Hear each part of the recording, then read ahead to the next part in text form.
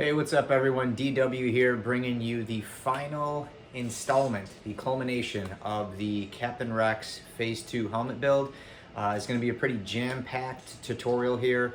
Basically, I'm going to cover my painting techniques, some tips and tricks, airbrushing, shading, weathering, T-visor install, installing and mounting heavier, larger parts, things like the rangefinder and whatnot.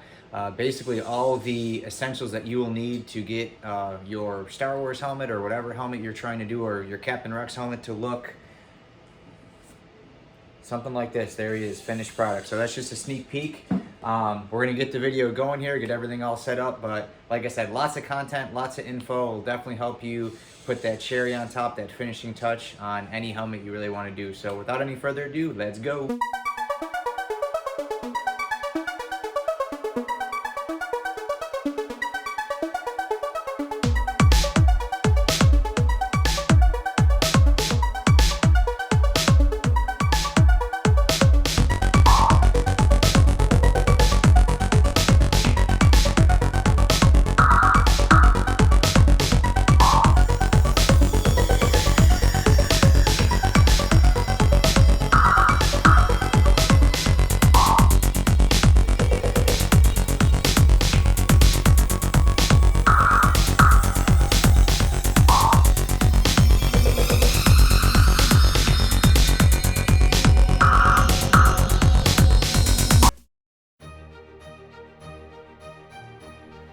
So the first thing we want to do is paint the helmet white.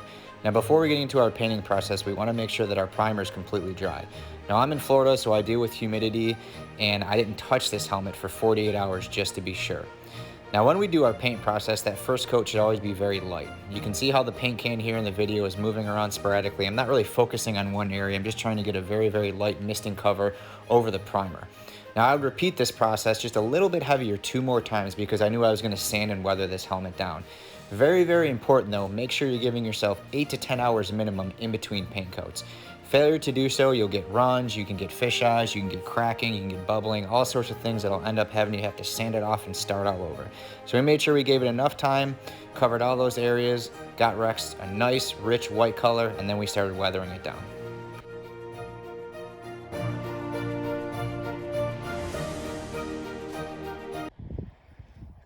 All right, so as great as Captain Rex is looking with his 2 coats of matte paint, it's still a little shiny. And we kind of want to make him look like he's a little beat up. So what I'm going to do is probably take, I don't know, maybe 1500 grit or 2000 grit sandpaper, and I am going to just go over the whole mask and just kind of just give it a light sand. Just to give it that weathered look. We don't want to put any deep scratches in. It's very smooth, but we just want to give it that scuffed up look, so to speak. So what I'm going to do is, like I said, I'm just going to test a couple grits of sandpaper here, but probably go light, 1500, 2000 grit, and just kind of go over it. And what that'll do too is kind of get rid of a few of the runs that I have on here. I'll be able to knock those down, and it'll kind of give Rex that nice weathered, beat up look like he just got out of the Clone Wars. So we're gonna get that going and see how he looks when we're done.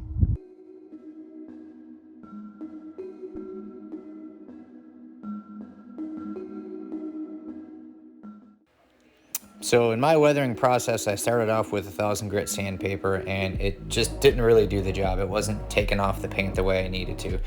Now, when you're weathering a helmet, you don't want to completely take the paint off, but you just want to give it that tethered, beat up look, and 1000 grit wasn't doing that. So I actually ended up doing 400, and then followed by 600, and then 1000, because we still wanted the helmet smooth. We didn't want it rough. We just wanted it to look rough.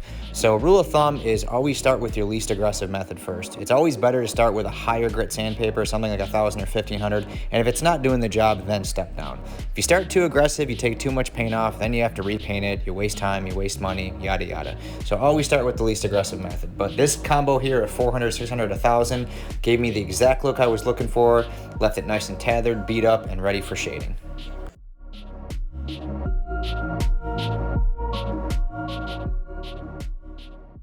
All right, so hopefully you can see here that we've got Rex nice and weathered. I went around the whole helmet and just tried to give it that worn out, kind of beat up look, so to speak. I started with 1,000 grit, and then it really wasn't doing the job. So I actually switched to 400, 600, and 1,000. I did the whole helmet. And it gave it some nice contrast and nice worn out look. That's really what we want. We want this helmet to look like it just stepped out of the Clone Wars. So what I'm doing now is, so obviously this mask has to have graphics, it has to have the welds done, it has to have shading. So we kind of want to go in a specific order. So we have to think that when this helmet was made, one of the first things that was done was it was welded together. So that's the first thing that we want to do. Now you can attack this many different ways. You can airbrush it, you can paint it by hand. You have to kind of look at like what's going to be the cleanest. Airbrushing, you really got to have a good setup for it. I will be airbrushing on this, but it's basically just to show more weathering and shading and things like that. I am by no means a professional airbrusher. I do a pretty good to good, or yeah, I guess pretty good to good job. I wouldn't say excellent. There's people out there that do way better work. I'm very good at just doing like shading and certain things, but I would never tackle on like a full-on lifelike bust. Some of you might have seen my Hulk one, and it wasn't bad for my first try, but the way I'm going to do this is kind of the way I had done my Black Panther helmet, and what I'm actually going to be using for the most part is just a metallic Sharpie. These are great for all kinds of different applications, as long as the surface is prepped and primed or has some sort of paint on it. Now this is a matte white. I use the Krylon matte white. Great option for this helmet, but again, I did sand it so it's scuffed, and I actually already did a test spot on the helmet just to make sure it was going to work. So whenever you're not sure of something, don't jump in right away. I just kind of took it and just did a small section on the bottom of the helmet, and I seen that it took and it would work fine, and that's what I'm going to do. So basically what I'm going to do is I'm going to take this Sharpie and just go all around and using this is going to allow me to get right on the edge. Now I am going to add some highlights and some contrast. This is the little, I think it's called a mouth greebly or something, if that's what the file said. This piece goes right here. But what I will do is when this is on and it's dried, I'll actually take this exact color. It is Krylon Metallic Dark Metal, and I will spray some in just a cap, something like this, and just spray some in there. Spray some in there. You didn't see it, sorry, it was below the camera. And I'll just use like a precision paintbrush just to kind of add some highlights. Now, you have to be careful whenever you use an aerosol and you spray it in something, it's going to dry a lot quicker than say something that is water-based or anything like that. So just word of advice, you got to either be quick or you got to have the right setup. So it's pretty cool in my shed here, so I should have some adequate time to play. But that's pretty much the means of attack for doing all of these welds. But right now what I'm going to do is just take this Sharpie and just kind of go over all the welds and make it look as real as possible.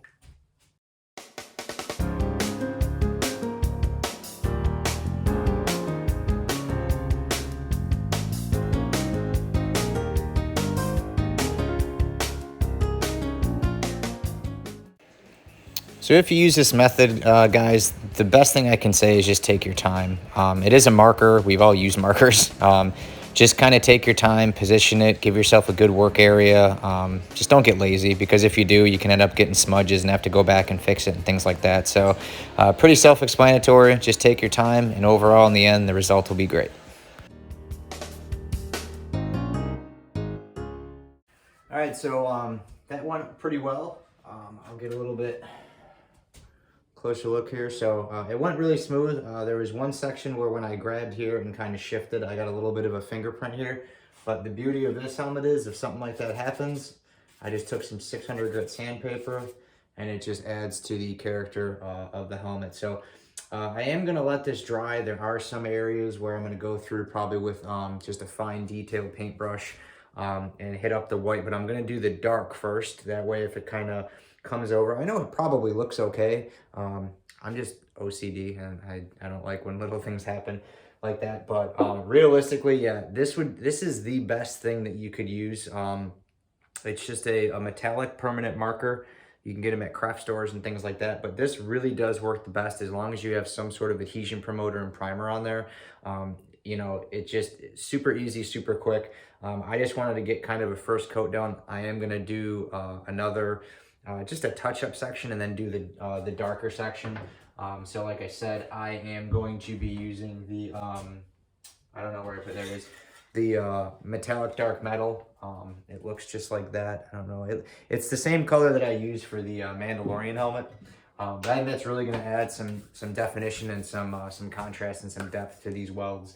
And then we do have some other stuff that we have to do around the welds. That'll probably come at the end though. A lot of shading, a lot of weathering that has to get done on this. We have to do the graphics and whatnot. But overall, he's starting to take form. So we're going to let this dry and then come back to it, add a little bit of highlights and dimensions to the welds, and then we'll move on to the next stage in Captain Rex.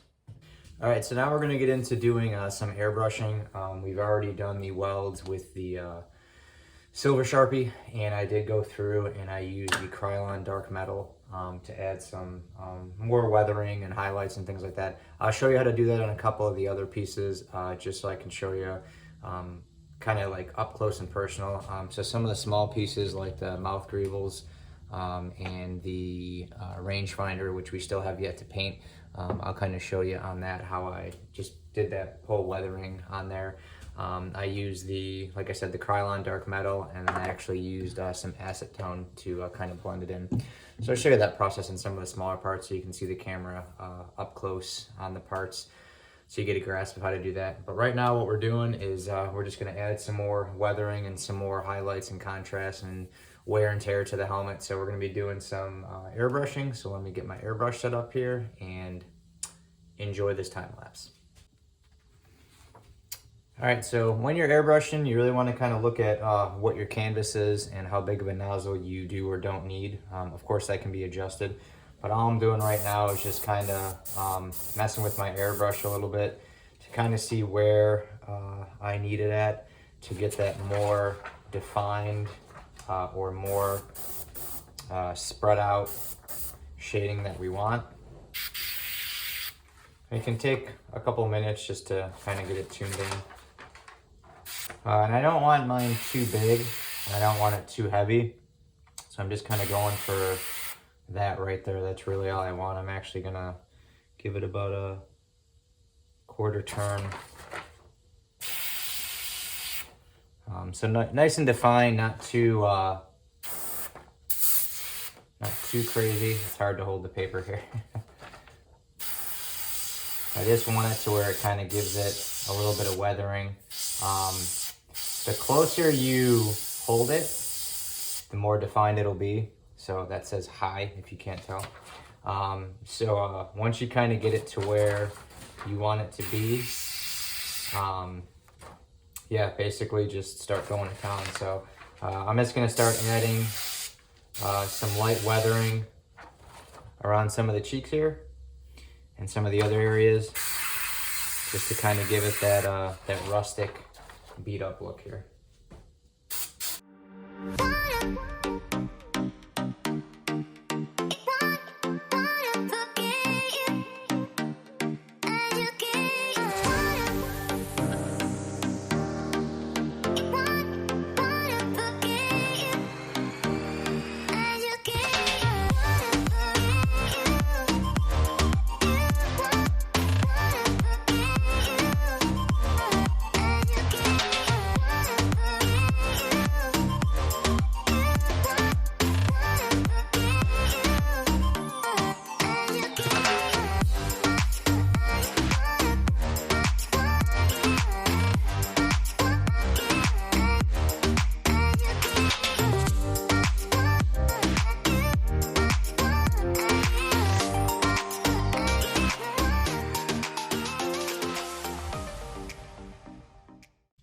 All right, so after some airbrushing here, what I'm actually gonna do is go through with some 600 grit sandpaper and just kind of take off some of the stuff that was kind of like overspray that I didn't really like the way it looked. So I'm gonna go through and do some more hand weathering.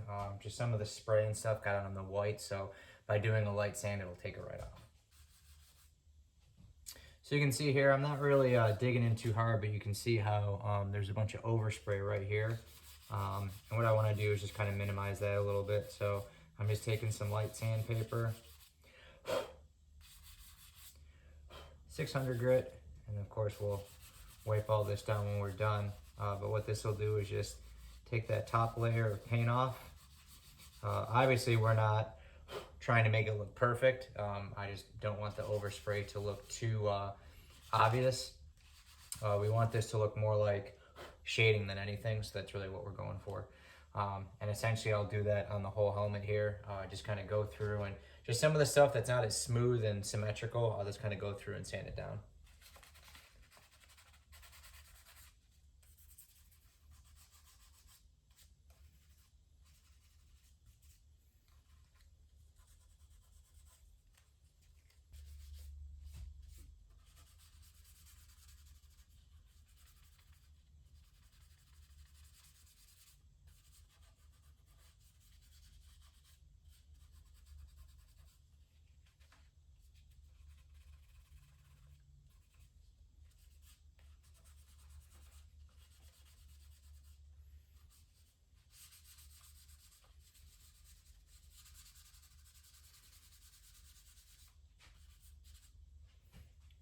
So yeah, just an example, you can kind of see how distorted and kind of all over this is. What I'm doing now is taking 3000 grit. It's a Trizat, it's a bendable foam pad. I'm gonna work in all these little crevices here and kind of blend all this in.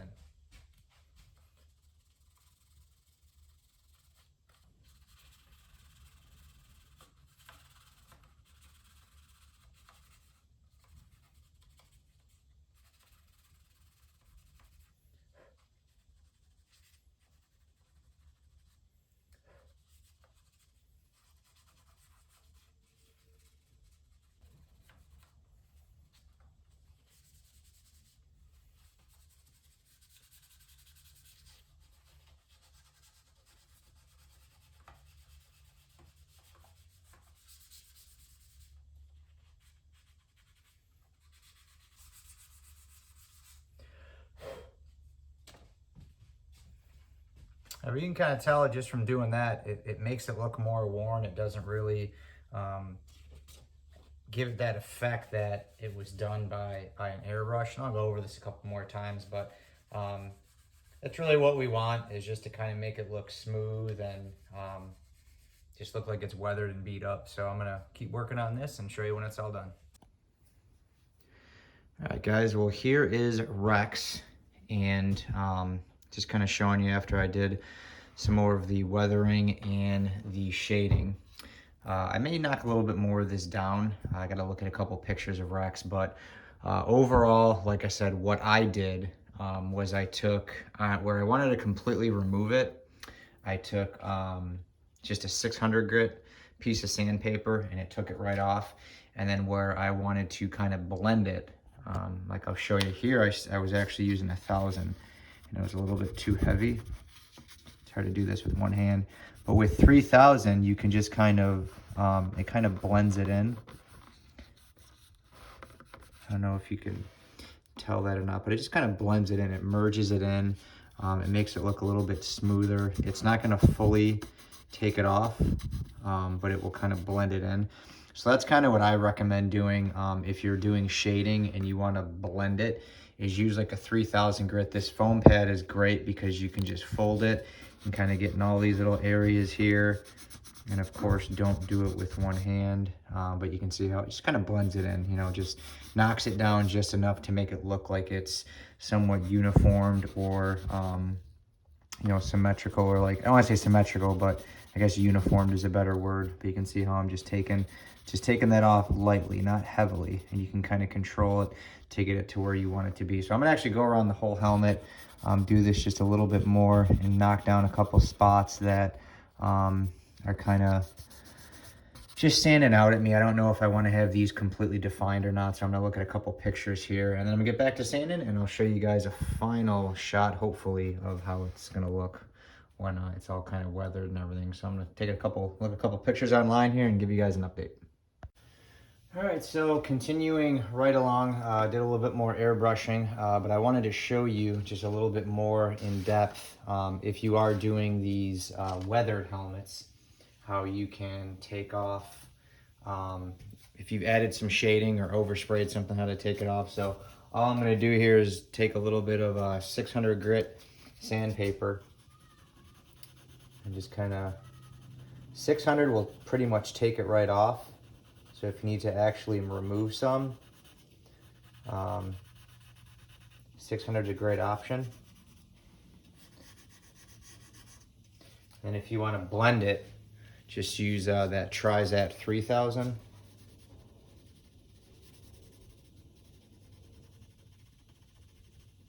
It just kind of blends it in a little bit better versus completely stripping it off. It's kind of hard to see on camera, but you can definitely tell in person how it just kind of blends it a little bit.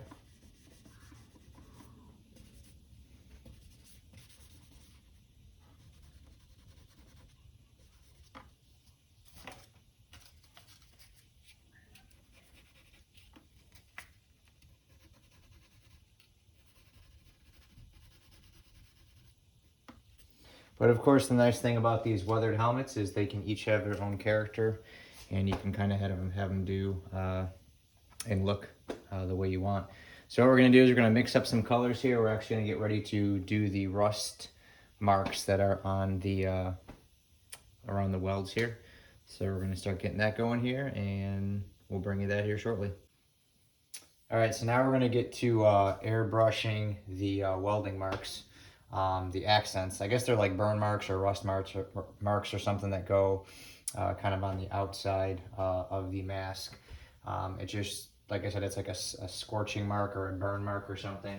I was kind of messing with my airbrush before I got started, and this is kind of the color I think best symbolizes like rust and kind of like a singe mark or a burn mark. So just gonna go ahead and kind of start adding some accents here.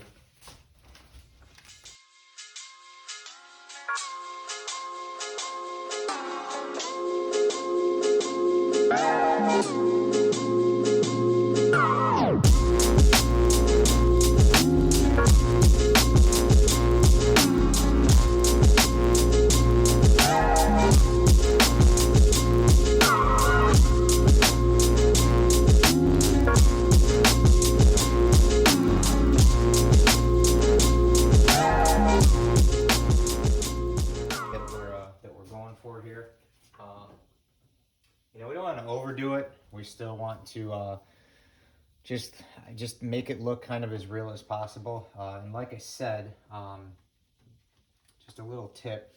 So if you're doing these weathered helmets, these beat up helmets, you know, you see something maybe that you don't like. Again, I'll just keep repeating myself.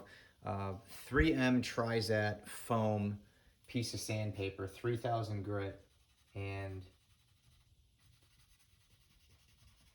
if you just apply some light pressure here, it just kind of blends and takes it off.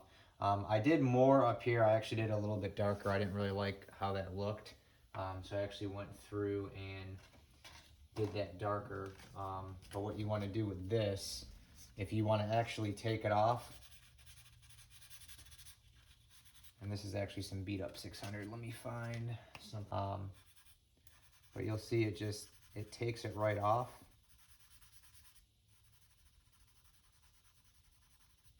You can see how it's just taking that right off. So if you get some overspray or something, this might still be a little bit tacky.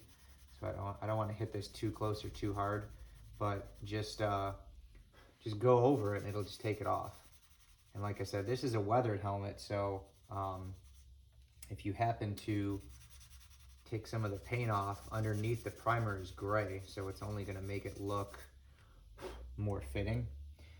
Just be careful on dips and curves, because if you get it on there too sharp, it might just scrape it right off. Gotta find some 600, but you can, if you're careful, you can get, you know, right around here and just kind of, you know, blend some things. And I mean, in all honesty, I could probably leave it just like this. It really doesn't look too bad. There's a couple spots under here where not too crazy with how they look. But 600 and 400 will take it right off pretty quick. 1,000 and 3,000 is to kind of blend it. But I'm not really seeing a whole lot. I don't want to take too much of this off and take away from how it just kind of fans out. I think for the most part, this all looks good. This is all going to be covered by his blue graphic, so it doesn't really matter.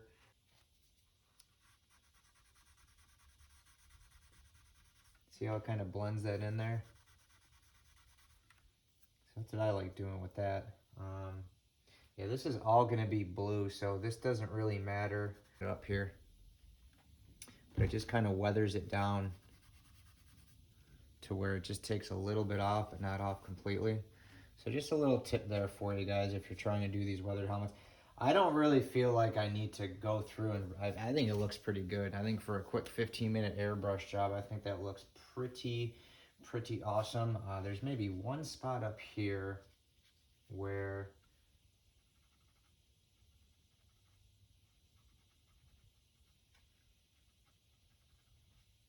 kind of got on there, but that's how these helmets are meant to look. It's kind of beat up and rustic. And I think I'm doing a pretty good job there. I also installed the little mouth greeble there, and I'm going to add some shading around that. But yeah, I think that looks pretty cool. I'm not really going to mess with it too much more. I think I was able to capture the look I was going for. Now, of course, you know, we have to get these guys, you know, painted and put on, so those will go in there. We've got to do the aerators, the greeblies installed, and then obviously the rangefinder and that other little piece that goes on there. So that'll be next on the video there. I'm going to be airbrushing those there because they're just small pieces that don't need anything too crazy. You can actually, can you see there? No, you can't see the rangefinder in the video. It's tucked away over there. It's hidden behind my Gimbal Pro, but yeah, I think it's looking pretty awesome. So yeah, I'm gonna add a little bit more shading to a couple little parts here, and we're gonna start airbrushing and shading these little mouth inlet pieces here, and then we gotta start getting these graphics done. So on to the next.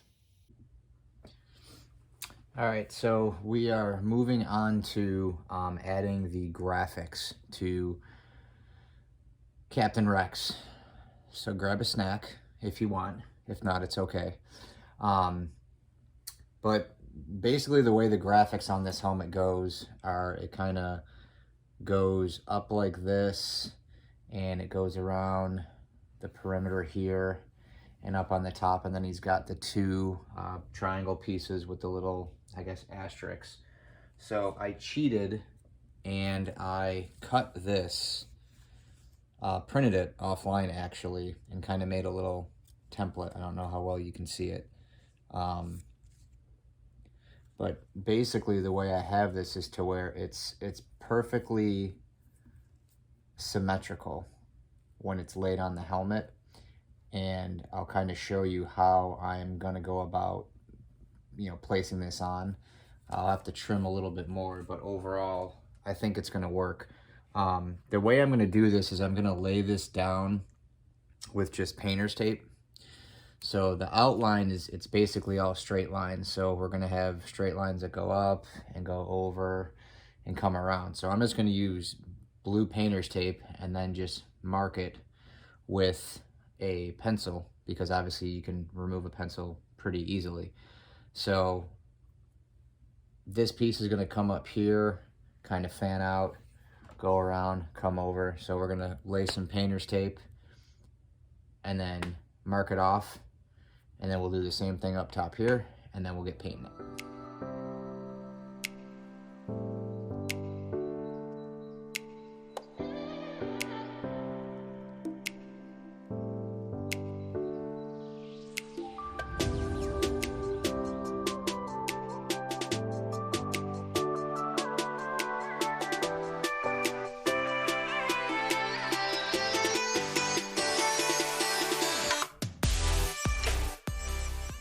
All right, so now that we have a generalized template, you can hopefully kind of see some of those lines, and I kind of had to move it a little bit. That's why you use pencil. You kind of eyeball it up and see the best way you can do it. And if you want to kind of look at it dead on and just make sure it looks pretty close, and it is. It's pretty much pretty good. So now what we want to do is we want to take our graphic that we made and just kind of line it up, and we want to try to get it centered. I will move the camera up here so you can kind of see what I am looking at or trying to look at here. So what we want is, like I said, I took just the graphic of his helmet and I cut it out, and what I'm going to do essentially is try to get this, and I cut this to kind of use as a template as to, okay, am I close enough, am I not close enough, you know, yada yada.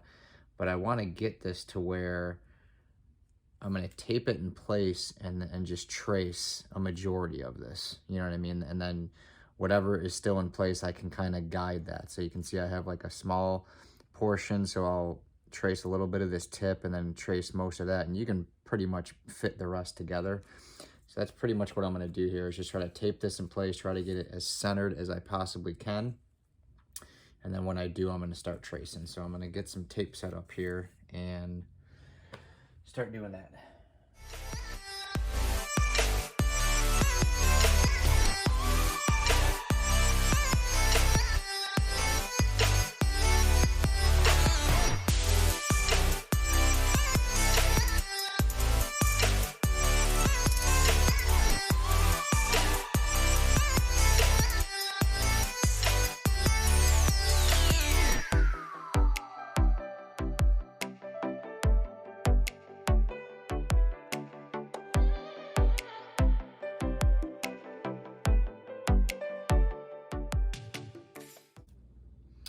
So really what we're looking for here is just to try to make it look like it's as symmetrical as possible. So what I was doing with the tape is just kind of seeing how far the tape was and how much it was over there. It all seems pretty even. Just looking at all of the areas and the gaps, they all seem, you know, very similar. This could probably go up just a little bit. That's something you want to do, is when you're laying this, if you're using a template, you want to push it flat from the bottom and work your way up to the top, and then that looks a lot straighter there. So that's really what we were going for. So I think it looks pretty good. So what I'm going to do is I'm going to trace as much of this that's exposed, and then basically peel it off and then connect all the dots as they lay.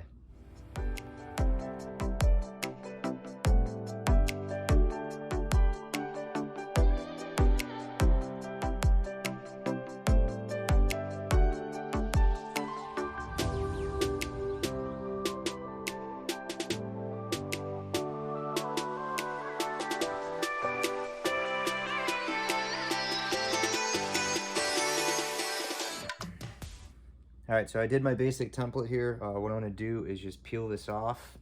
And again, use painter's tape. I actually used the painter's tape I used when I did this. You don't need it super sticky. You just need it to kind of hold it in place, and of course, guide it with your finger as you're kind of tracing. And if you have to move it, you know, don't stick it too hard, because you don't want to rip this template, especially if it's the only one you have. Of course, you can reprint it, but you don't want to make more work if you don't have to. So I'm just gonna peel this off here. We'll take a look at what we've got, and then if it looks good, all we have to do is just fill in the gaps where basically where the tape was and where some of the paper was still holding the template together. Okay, so what I'm gonna do is just kind of connect the lines that aren't connected, and just see how it looks.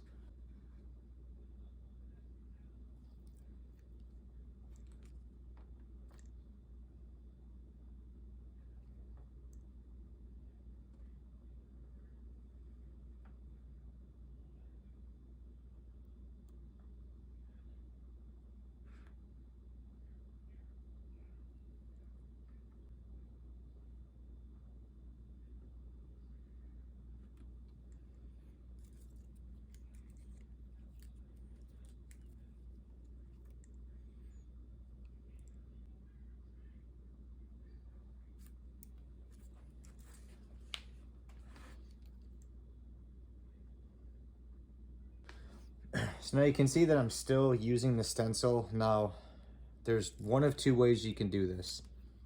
You can play it safe and not chop this stencil up, which is what I'm doing. And I think I've kind of reached the point of no return. You know, you can take this and cut this and then make a perfectly, you know, good line. Or if you need to move everything, I think based on what I'm seeing, it's pretty level and it's pretty even. So I'm going to, just so I make sure my lines are all nice and clean, I'm gonna take the template that was holding it together and just kind of trim this off. Because like I said, I think I got it. I think it's pretty good. So what I'm doing here is I'm using the pencil template that I've traced, and I'm using my paper template here just to connect these lines so they are somewhat even to a degree.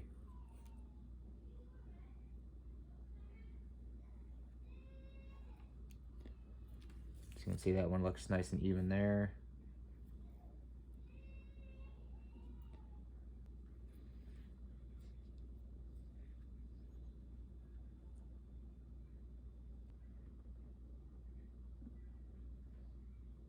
Close to flat.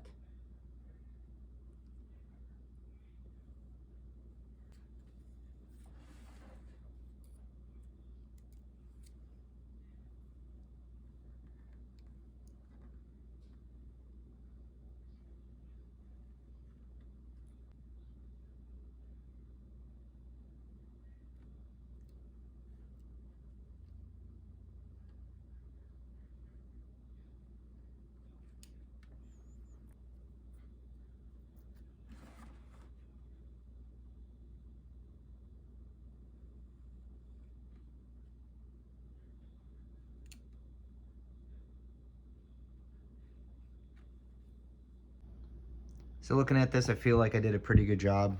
It overall it's pretty even, pretty symmetrical.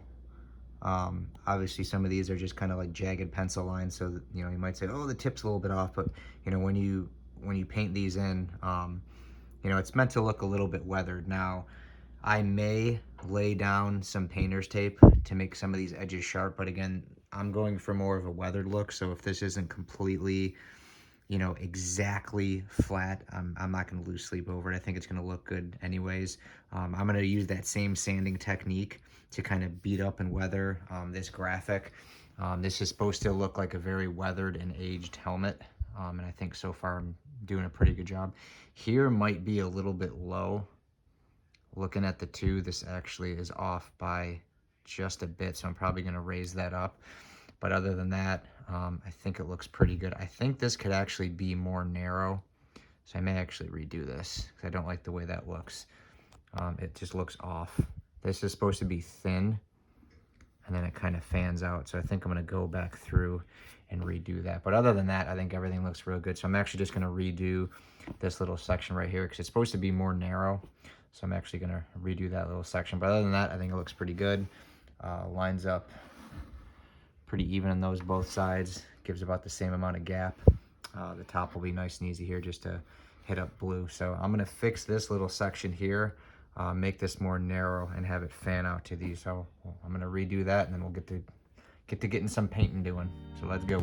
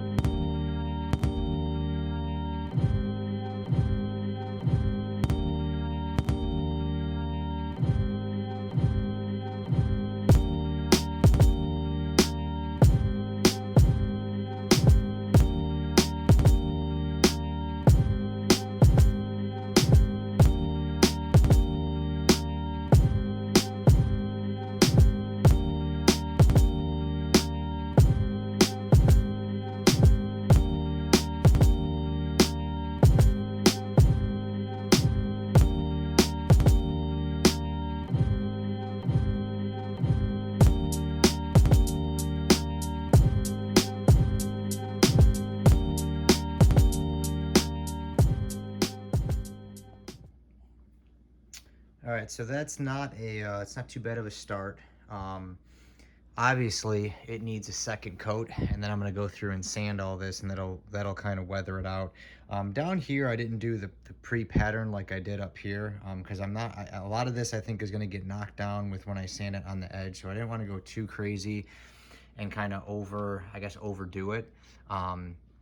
But I think it's a good start. Like I said, a lot of this is going to get weathered. It obviously has to dry, so this being water-based, I can't do coat after coat after coat. I have to let it completely dry. But like I said, the sandpaper is going to do a lot of the work. So you're really going to see a sense on how to do that blending with the different types of sandpapers to kind of get that weathered look that what we're going for. But it kind of gives you a glimpse. He's kind of starting to, kind of take form, and I think laying the graphics by hand looks pretty cool. Obviously we just got to kind of weather it a little bit more, let it dry, do a couple more coats, and he'll start looking better and better. So we'll let this dry, and then we'll start hitting it up with some sandpaper.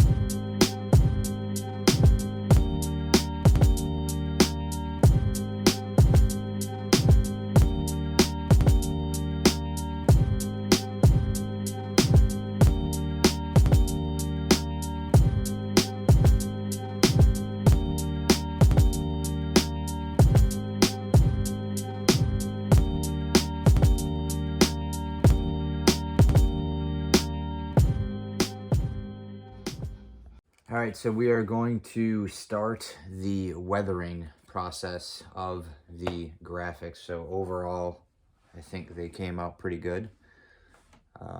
They look pretty precise. And we also added the tally marks here on the side. And what we want to do is just weather these down and just make them look kind of worn. So we don't want to use super aggressive sandpaper, but we don't want to use something super fine, because I did do about 3 coats on here. So it's going to take a little something to wear this down, but we don't want to go too crazy. So I'm actually going to be using 600 grit, and then I'm going to follow up with 1500. I'm not really sure which one's going to work the best, so what I'm just going to start doing is just kind of massaging the sandpaper over the painted areas and just see how it reacts. I may need to change up grits as I go, but the idea is just to kind of go around and scuff it off and kind of take some of it off and just make it look weathered like the rest of the helmet. So I'm going to start my way on the bottom and work my way up.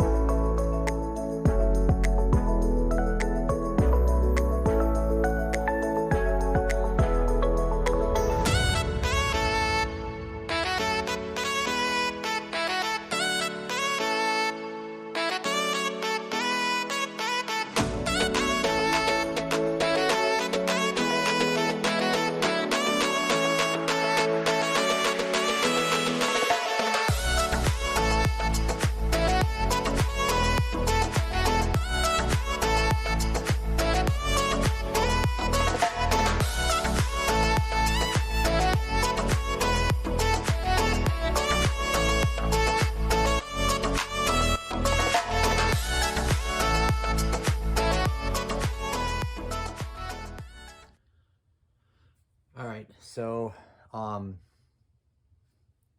of went too overboard on the weathering, and my buddy that I'm making this for, he actually didn't like how weathered it was. He said it was too weathered. It wasn't really the look he was going for. So I kind of repainted everything and added it back to, I don't want to say stock. It's still beaten up in weather. This is more how the way he wants it. But what we have to understand is that when you paint by hand with a paintbrush, it's never going to be completely flat, and it's glossy, which I don't want it to look like that. So we're going to re-weather this. We're just not going to go as crazy as we did before. So before we were using 320 and 400 and some 600. Now all I'm going to use is a little bit of 600, but mostly 1,000 grit.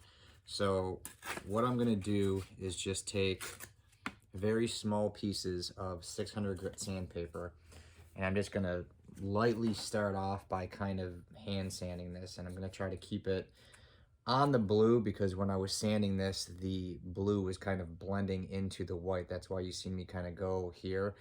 I don't know how much paint I have left to work with, so I don't want to go too hard. So I'm going to try to primarily keep this on the blue. The edges look pretty good. I'll blend them a little bit with the 1,000 grit, but I'm going to start with some 600, and then I'm going to blend it in with the 1,000, and I'll kind of give you some tips as I go along. But essentially all you want to do is just do this very lightly. And again, the only reason I'm doing this is to kind of blend this in, because you can see, you know, brush marks and brush lines, which obviously I don't want. And I'm going to use very small pieces of sandpaper here, because like I said, I don't want this leaching onto the white too much as it did before, because I don't know how much white I have left on the helmet, and I don't want to strip it off.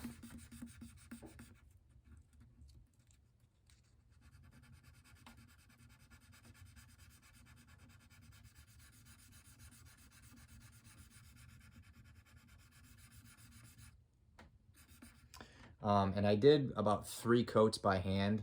That gives me enough room to play, as I like to say. So I'm really just focusing on the blue at this point, and I'm using 600, and I'm applying just moderate pressure, nothing too heavy, but enough to where you can see it's taking some of the blue off, because we want this all to look kind of uniform and symmetrical. I use that word a lot.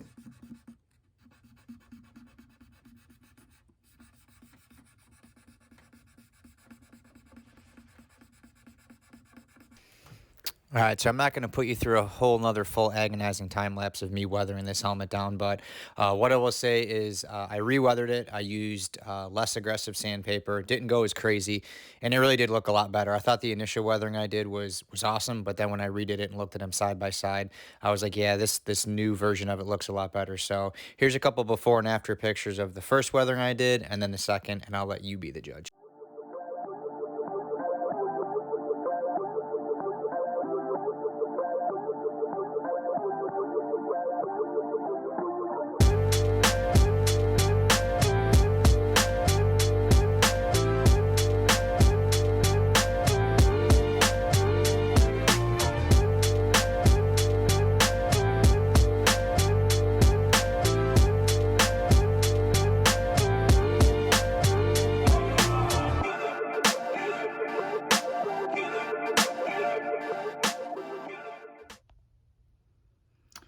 All right, so here are the little mouth aerators, and what I actually did is I painted the whole thing's white, because I want this top part here to be white.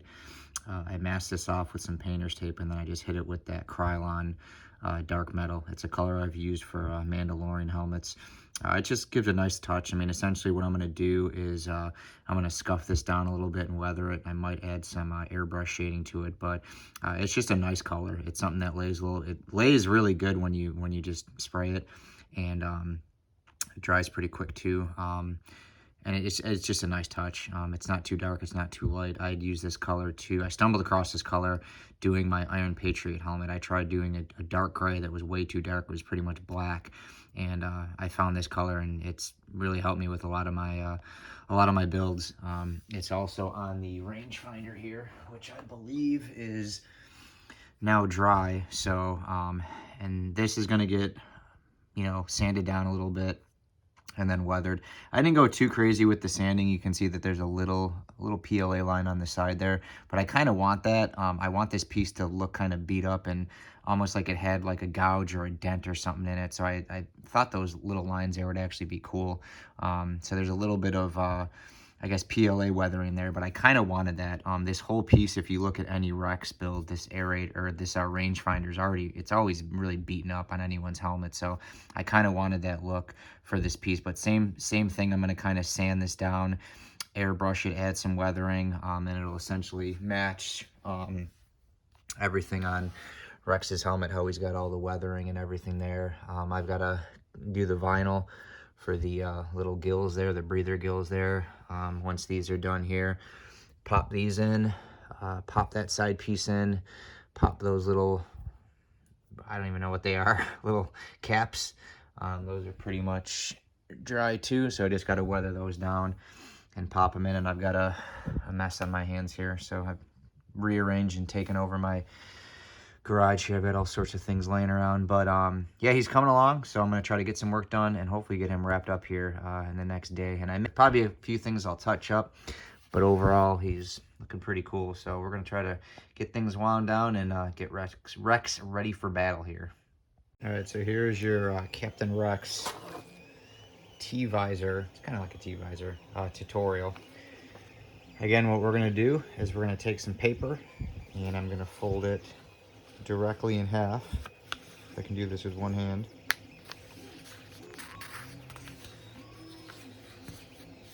Where we have it like this. And just like on the Mandalorian helmet, what we're going to do is we're going to just cut it and mimic it like that. Prior to doing this, what you may want to do is just kind of flip your mask up and make sure a sheet of paper, after you do your fold, will fit in there. And nothing is exposed. The paper goes right to the edge on both sides, which is good. You can also just measure it if you want. But obviously a standard piece of paper is 8.5 by 11. So you could just measure that to the piece of plastic or piece of window tint, however you're doing it, to make sure that it is the correct size. This is roughly, I believe, 9.5 inches from what I measured. This is a full scale helmet, so a visor or piece of paper that's 11 inches will suffice. So now what I'm going to do is just cut this the way I normally do, making the little T, and I'll obviously have to trim down the end, but let me get this cut and we'll see how it fits. All right, so for my visor install, I'm going to be using the COVID shield, and it came cracked thanks to Amazon. Luckily, I'll show you a fix or a way you can do this if you have a shield that is not big enough left to right. These shields come flared out, so you can always use the bottom. So that's what I'm actually going to end up doing here.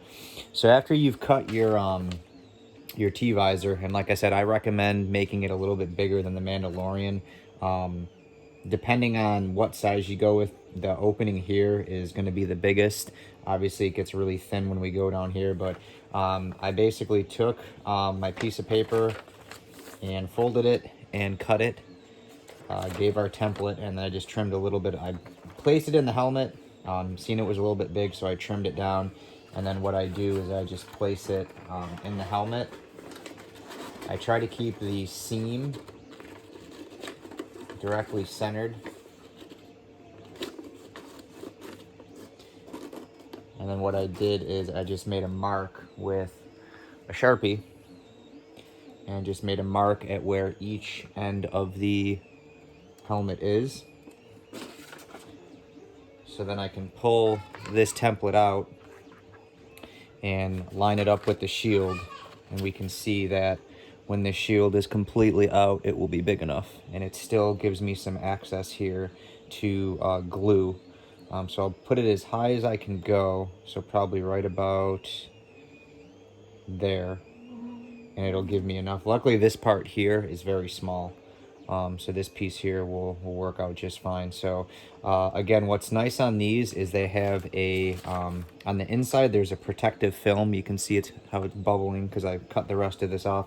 So what I'm actually going to do here is just take this, and I'm going to take my Sharpie, and I'm actually just going to trace it on here because I can completely peel this whole piece off. Now you want to be a little bit careful on these shields because they come with this piece of cloth that's on the end of it, so you can see there's these holes. I wish they wouldn't do it at all. They could just glue them on, but they sew them in because this is an extra, you know, couple millimeters here that you could use. So you just want to make sure that where you're placing it, you don't really want like you wouldn't want to put it up here because there's these holes and you could see that through. So you want to kind of line your mask up and just have it flat, and these pieces here, like this will extend over, so we really won't have to worry about it. And then the same thing with that. So I'm just going to do a rough trace.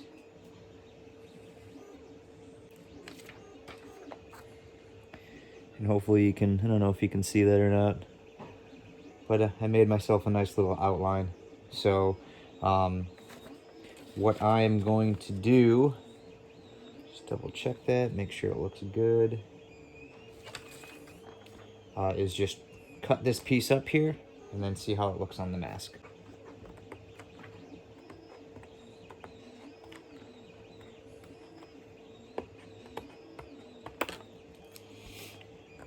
Okay, so obviously it's going to look a little off-centered because one side's longer than the other, but essentially what we want it to do is to go on the helmet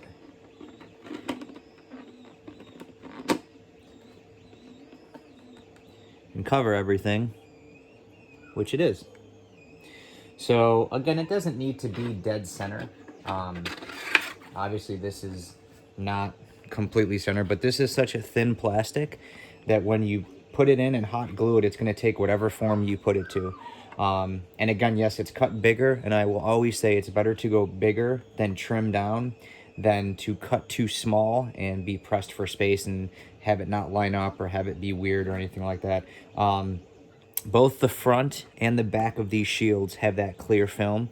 So what I'll do is once I get this whole piece trimmed down, I'll actually peel that off and get ready to hot glue it in place.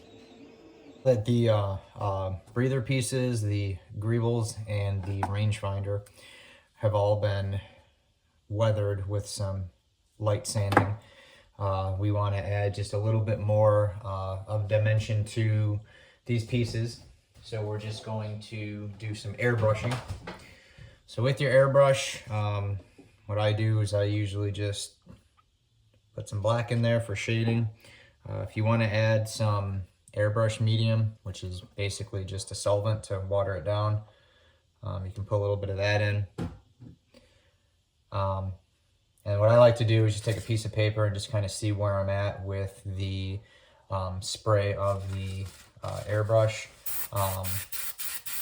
The closer you get to whatever you're airbrushing, the finer it's going to be. I should say the more darker it's going to be, not the opposite there.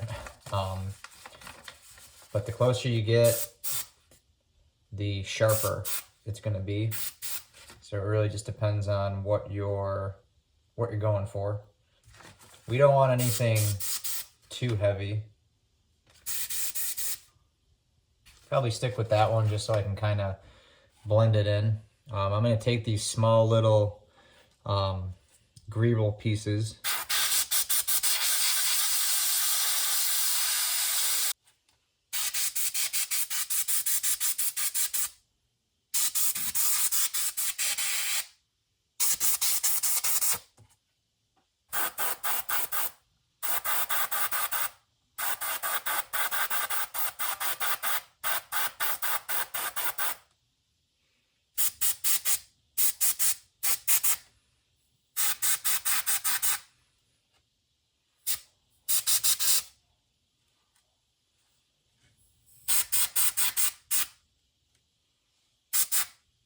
Not sure how well the camera is picking that up, but just trying to add a little bit of weathering to it, so to speak.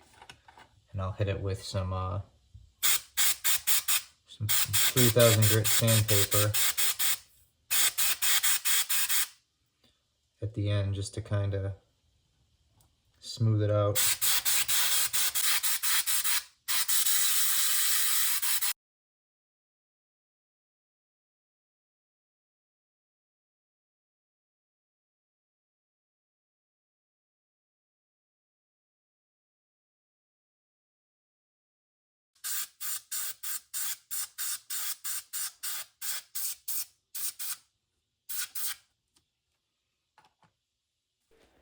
So after airbrushing the little nose greebles and the aerators, I moved on to the rangefinder. Did the same thing basically. I sanded it with 400, 600, and 1000 just to give it that scuffed and tethered look, and then all the shading just gives it that weathered, just beat up look that we're going for. Let it dry for a little bit, and then after it was fully dry, I did the same things I did with the rest of the helmet, which was hit it with 3000 grit sandpaper, which basically just helps blend all that airbrushing together and makes it look uniform. So generally that's what we're going for. And then of course when I come through with the 3000 grit sandpaper, just like this, just kind of massage it in. It's going to blend this in and take down some of the areas that maybe are a little bit too hot. Came in too hot there in some areas. Same thing up here. I went darker with the idea that I'm going to blend these in with some sandpaper. But overall, when this whole piece is all blended in, it's gonna make it look really cool. Even made sure to get some on the back. So I'm gonna let this sit for about 10 minutes, and then I'm gonna come through and just kind of wet sand all this down and start putting pieces back on Rex, because this is pretty much it, guys. This is the end here. Just gotta sand and wet sand a few things here, get to installing this, do the T-visor, and Rex is set. So a quick tip, if you are airbrushing and you want really defined lines, set your regulator on low, and what you want to do is just continue to go over the same area multiple times. So let's say you wanted to focus on a really, really hard area or a really small area. You wouldn't want like a really big spray like that. That's not going to give you what you need. Your regulator basically, as you turn this, I call it a regulator. What you're doing is your airbrush has a tip and it has a cylinder nozzle that goes over it. No joke intended. As you loosen it, it comes off of the cylinder or the rod, so to speak. So I'll show you here, because this is just a spare tip I have. So you basically have a cover, and as you adjust that and it comes farther away from this needle, the more product comes out. As it's tighter, the more defined it is, because not as much product can come out. So what I like to do is try to get as little as possible coming out.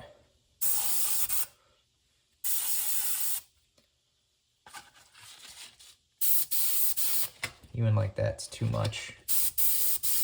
But basically just get a little bit and just keep going over that same area multiple times.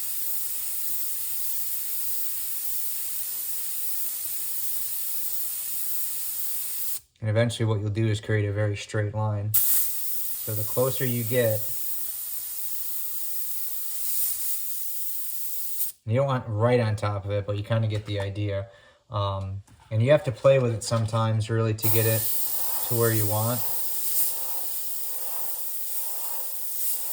And there are different nozzle types, but you can see how you can get a more defined line. So if you had a small piece like this, and you wanted to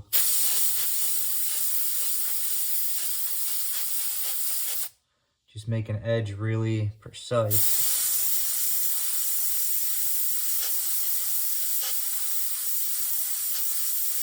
this would be the best way to do it.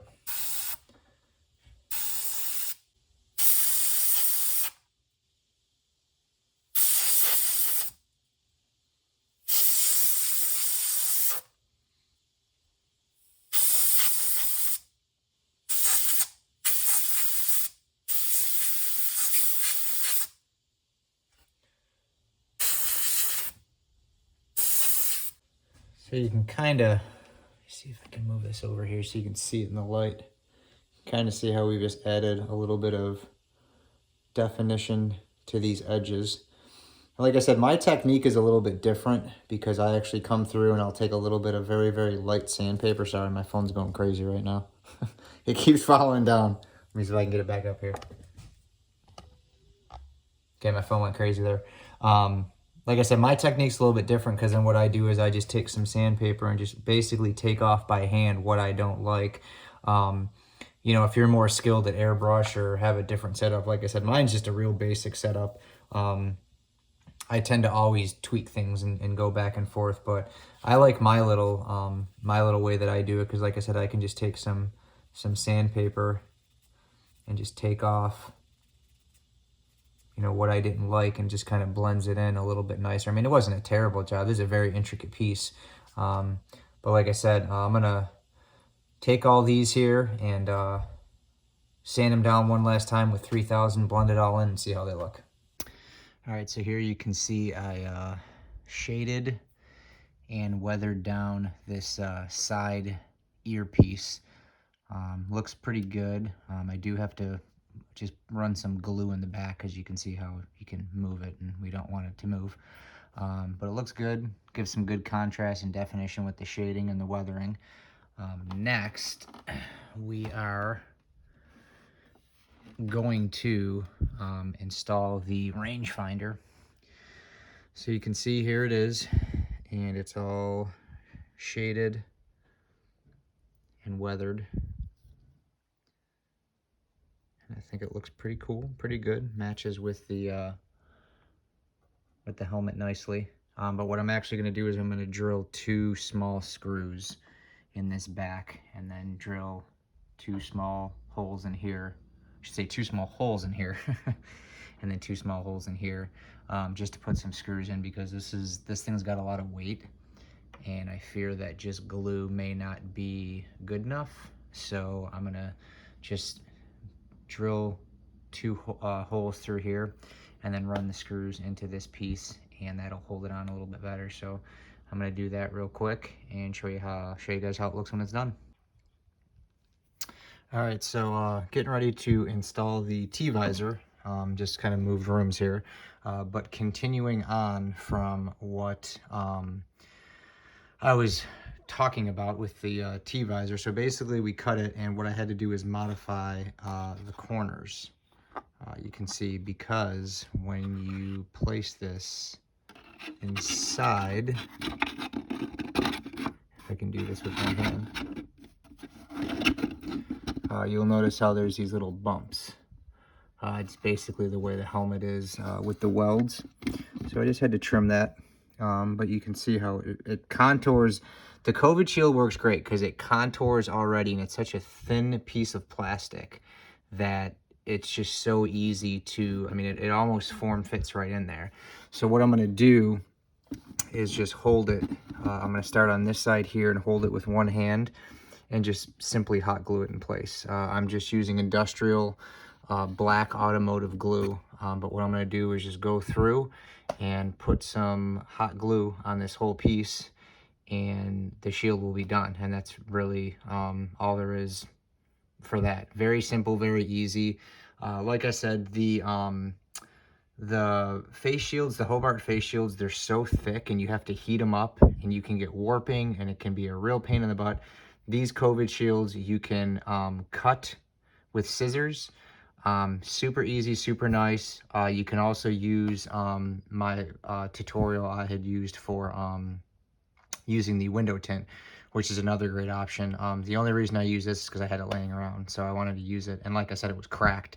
So I ordered it a long time ago, and it was cracked, and I didn't realize it till I opened the package, and I couldn't return to Amazon. So I used this one. Luckily, it was able to fit.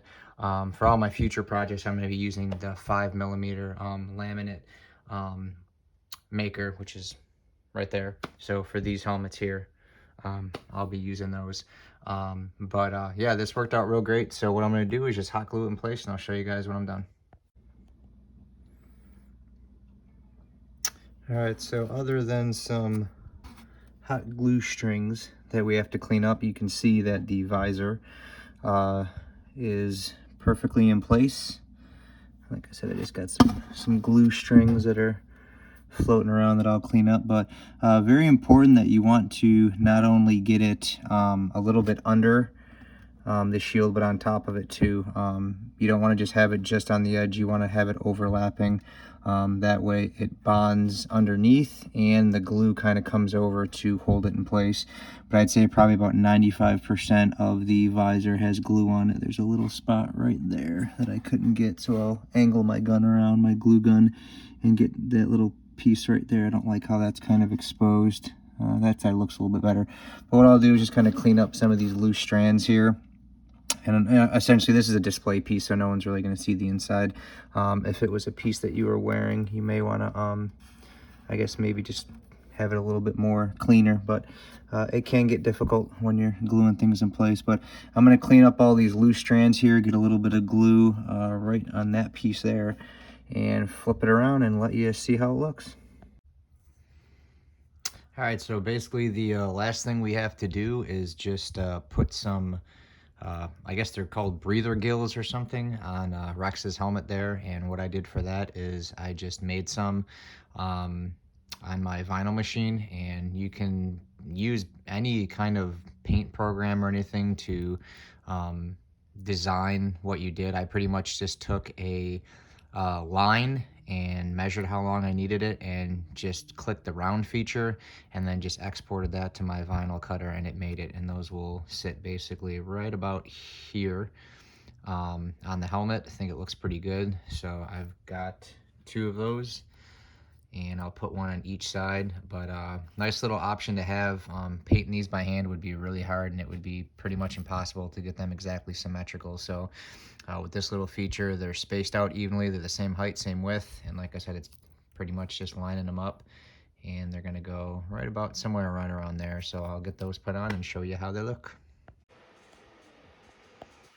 All right, so here are the decals now installed. And like I said, nice little feature to be able just to load those up in a Windows paint platform and just make one and duplicate it in a line and just boom, stick it on there. There's no way you'd be able to paint these by hand and have them that symmetrical. So having a vinyl machine is pretty nice for little things like that. This is also giving you a little bit better look at some of those the little breather gill greeble things that these are called.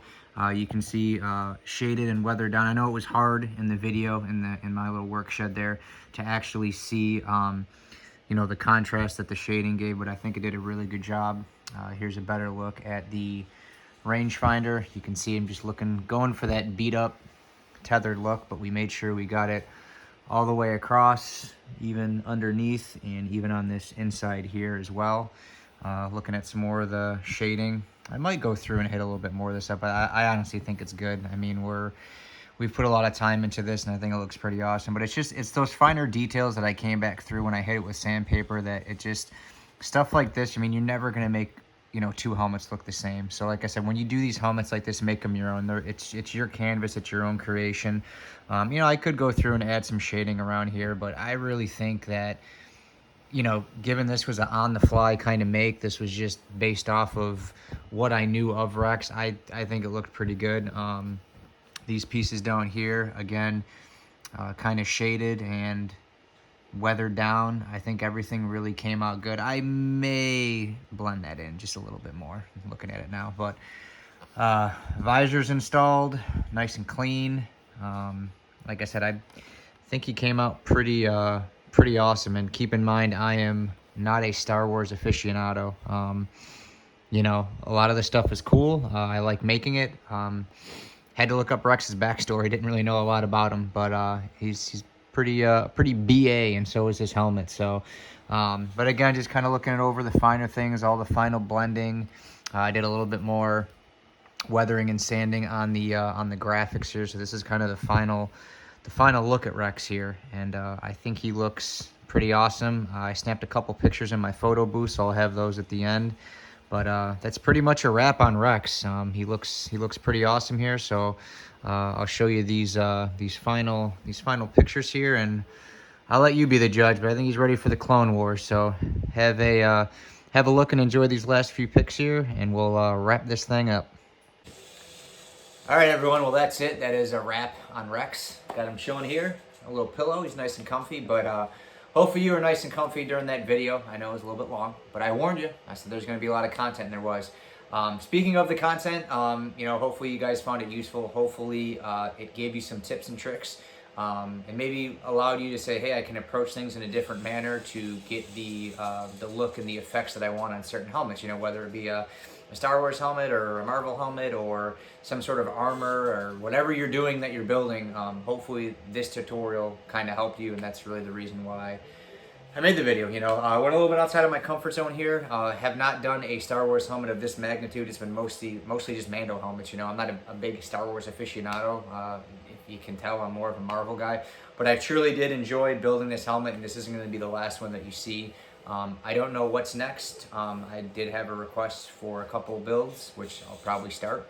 So definitely be on the lookout for that. If you are a subscriber of the page, thank you so much. I do appreciate you guys tagging along with my 3D printing and Disney journeys and family journeys and all kinds of stuff that we do. My kids get a kick out, get a kick out of seeing the subscriber numbers go up in the comments and everything. So thank you guys for that. If you're not a subscriber, go ahead and click that subscribe button. I'm gonna have a lot more fun content and things to do. A lot of these helmets that I'm going to be building as this channel grows, I'm going to start doing giveaways shortly. So we're almost at 500. So I'm going to start building things and giving them away. So if you're a subscriber, we're going to be doing a lot of 3D print oriented giveaways, filament parts, builds, things like that. So if you're not a 3D builder and you like some of the stuff that I build and make, I will be giving that away in the near future. Just a sneak peek, we do have Pensacon coming here to the panhandle of Florida.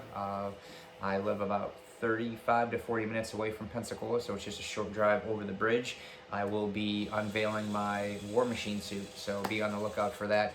I've got a lot of other projects going on. That's probably the biggest thing that I've got going on right now, though. So, like I said, if you're a subscriber or not a subscriber and you want to learn about sanding, finishing, electronics, the War Machine suit video is going to be nuts. I don't even know how many parts it's going to be. It's going to be quite a bit. But definitely something to be on the lookout for. So, again, I'll repeat myself for the 50th time. If you're a subscriber, thank you so much. If you're not a subscriber, click that subscribe button.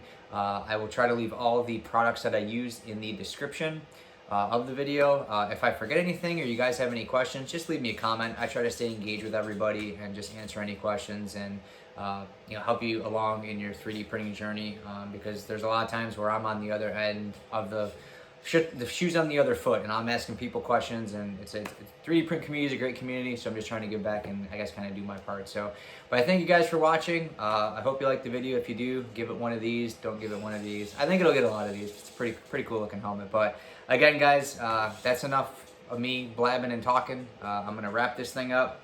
I'm gonna go put Rex away for now, and that's pretty much it, guys. So we'll see you next time. Don't know what the next video is going to be, but it's going to be coming at you soon, so we'll see you. Thanks.